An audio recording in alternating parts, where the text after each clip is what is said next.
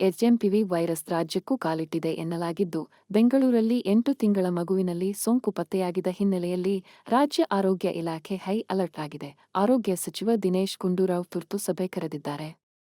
ಮಧ್ಯಾಹ್ನ ಸಭೆ ನಡೆಯಲಿದ್ದು, ವೈರಸ್ ಬಗ್ಗೆ ಅಧಿಕಾರಿಗಳ ಜೊತೆ ಚರ್ಚಿಸಲಿದ್ದಾರೆ. ವೈರಸ್ ಬಗ್ಗೆ ಜಾಗೃತಿ ವಹಿಸಲು ಮಾರ್ಗಸೂಚಿ ಹೊರಡಿಸುವ ಸಾಧ್ಯತೆಯಿದೆ. ಮಗುವಿಗೆ ಜ್ವರ ಬಂದ ಹಿನ್ನೆಲೆ ಆಸ್ಪತ್ರೆಗೆ ದಾಖಲು ಮಾಡಲಾಗಿದ್ದು, ಈ ವೇಳೆ ಮಗುವಿಗೆ ರಕ್ತ ಪರೀಕ್ಷೆ ಮಾಡಿಸಿದಾಗ ಎಚ್ಎಂಪಿವಿ ವೈರಸ್ ಇರುವುದು ದೃಢವಾಗಿದೆ ಎಂಬ ಮಾಹಿತಿ ಲಭ್ಯವಾಗಿದೆ. ಚೀನಾದಲ್ಲಿ ಎಚ್ಎಂಪಿವಿ ಪ್ರಕರಣಗಳು ವರದಿಯಾಗುತ್ತಿವೆ. ಇದು ಕೋವಿಡ್ ವ್ಯವಕಲನ 19 ನಂತಹ ಗಂಭೀರ ಪರಿಸ್ಥಿತಿಗೆ ಕಾರಣವಾಗುತ್ತಿಲ್ಲ ಎಂದು ತಜ್ಞರು ಹೇಳಿದ್ದಾರೆ.